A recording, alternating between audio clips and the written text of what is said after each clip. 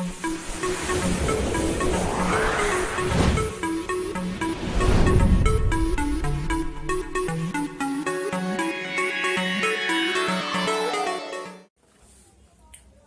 प्यारे बच्चों, कभी कभी भगवान हमें कुछ काम को करने के लिए संदेश देते हैं। मान लीजिए आपके मन में अगर कोई अचानक से चीज अच्छी आती है और आपको लगता है कि वो करना चाहिए, तो उसे करिए, उसे इम्प्लीमेंट करिए। हो सकता हो आपका वो आइडिया आपके जीवन के लिए सबसे अच्छा हो, आपको कुछ ऐसा करने के लिए प्रेरित करे जो आपकी सबसे बड़ी संतुष्टि हो। सो हमेशा इन सब चीजों को भी ध्यान दीजिए, जीवन में प्रयास करते रहिए और आगे बढ़ते रहिए। So welcome to Biology Pathshala and today's class is dedicated NEET aspirant. और आज की पाठशाला में हम बात करेंगे प्रयास नीट बायोलॉजी सीरीज की, और आज टॉप 15 क्वेश्चन की बात करेंगे। सो ये टॉप 15 क्वेश्चन डिफरेंट टाइप की फर्स्ट ईयर और 12th की यूनिट से हैं, चैप्टर से हैं, और 2020 में ही पूछे गए हैं। सबसे पहला क्वेश्चन है, कह रहा है स्पेसीज होता है। तो मैं बता दूं कि जो स्पेसीज होता है बेसिकली वो किसी भी क्लासिफिकेशन का बेस होता है, वो किसी भी क्लासिफिकेशन का बेस होता है। तो स्पेसीज जो बेसिकली होता है the real basic unit of classification होती है, या वर्गीकरण का आधार होता है। तो ये बात आपको सबसे अच्छे से याद रखनी है, ठीक है? ठीक है, याद रखेंगे। उसके बाद आपको याद रखना है स्पेसीज हमेशा स्मॉल लेटर में लिखा जाता है, इटैलिक लेटर में लिखा जाता है एंड स्मॉल लेटर में लिखा जाता है। ये भी एक बात आप लोग याद रखेंगे, ठीक है? तो ये बात आप लोग को याद रखनी है, ठीक है? स्पेसीज शब्द को किसने दिया था? तो जॉन रे ने दिया था, ठीक है? ये भी आपको याद रखना है, ठीक है? मैं इसीलिए बहुत सोच समझ करके बता रही कि कौन कौन से मतलब पूछे जा सकते हैं क्वेश्चन, या पूछे गए हैं, ठीक है? तो इतना आप लोगों को याद रखना है। क्लासिफिकेशन से एक और क्वेश्चन आ सकता है, जैसे बाइनॉमियल नॉमेनक्लेचर जो है वो किसने दिया था? कैरोलस लिनियस ने।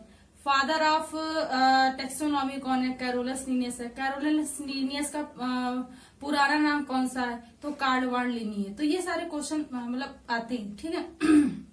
नेक्स्ट क्वेश्चन है 5 किंगडम क्लासिफिकेशन किस पर बेस्ड नहीं है?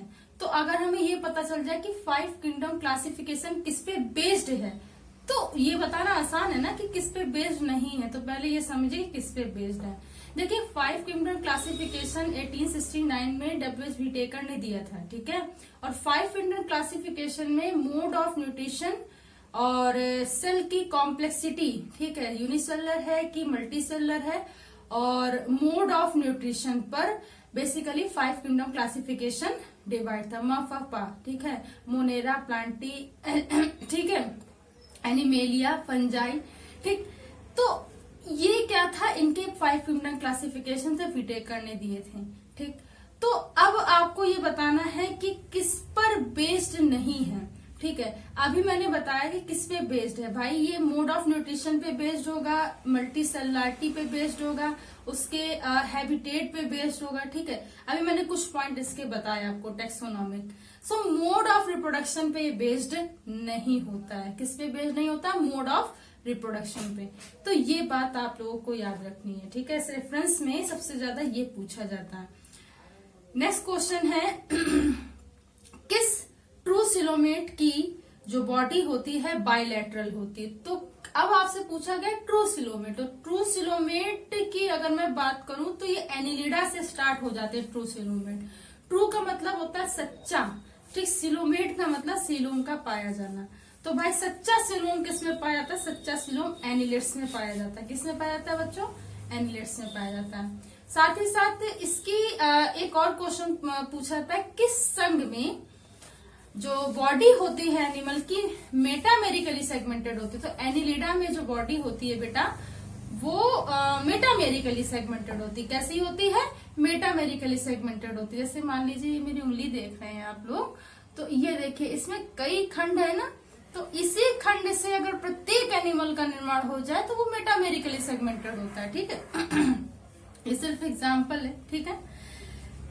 नेक्स्ट क्वेश्चन है root base of the stem के किस पार्ट से ओरिजिनेट होता है। तो जो बेसिकली रूट है वो बेस ऑफ स्टेम के किस पार्ट से क्या होता है, ओरिजिनेट होता है। तो ये बेसिकली होता है फाइब्रस रूट, ठीक है, फाइब्रस रूट से रूट बेस ओरिजिन होता है। सो ये बात आप लोगों को याद रखनी है, ठीक है। नेक्स्ट जो क्वेश्चन है कह रहा है कि क्यूबॉइडल एपिथेलियम जिसमें ब्रश बॉर्डर माइक्रोविलाई होते हैं पाया जाता है। तो पहले तो क्वेश्चन को डिकोड करते हैं। क्यूबॉइडल एपिथेलियम जो है वो जिसमें ब्रश बॉर्डर लाइक माइक्रोविलाइज हो, ठीक है। तो ये बेसिकली होते हैं ट्यूब्यूल ऑफ नेफ्रॉन्स में या proximal convoluted tubules of nephrons में।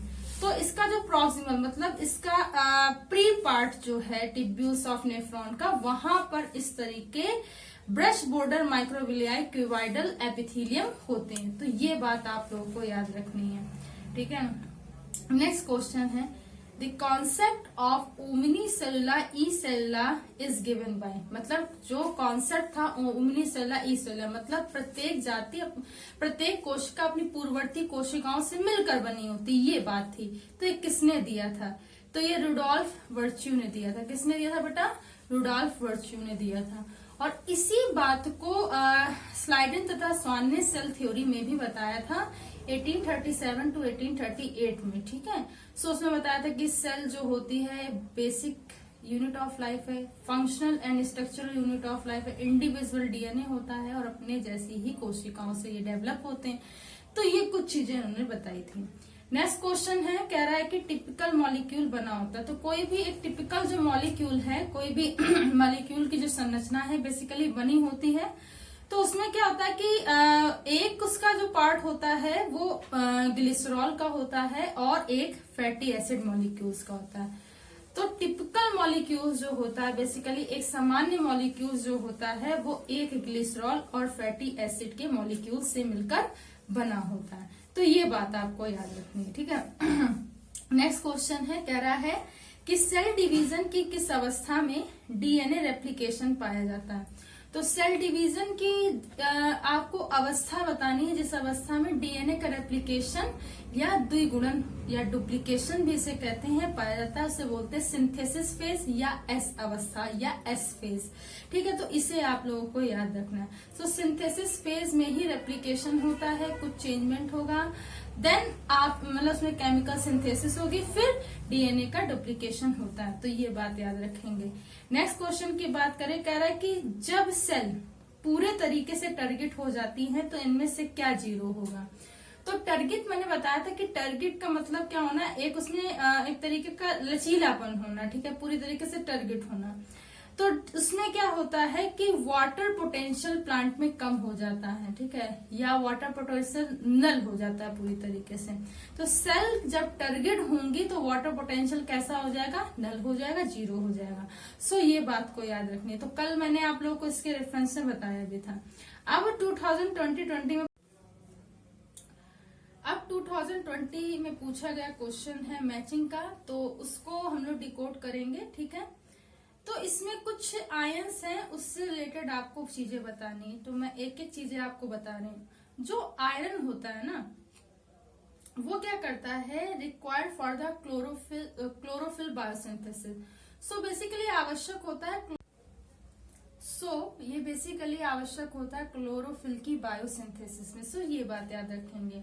देन उसके बाद है जिंक। जिंक क्या करेगा, IAA की सिंथेसिस, इंडोल एसिटिक एसिड के सिंथेसिस में ये क्या करेगा, हेल्प करेगा। ये बात याद रखेंगे। नेक्स्ट है बोरॉन, पॉलन जर्मिनेशन के लिए, ठीक है, परागण के लिए ये क्या करता है, बोरॉन हेल्प करता है। तो ये बात रखेंगे। मैग्नीज क्या करता है, फोटोलाइसिस ऑफ वाटर। तो फोटोलाइसिस ऑफ वाटर के लिए क्या करेगा, मैग्नीज हेल्प करता है। तो इस वीडियो को थोड़ा सा पॉज करके इसको एक बार फिर से सुन लीजिएगा कि इससे क्या क्या फंक्शन होते हैं। नेक्स्ट है सेलुलर रेस्पिरेशन में NAD का क्या रोल होता है, ठीक।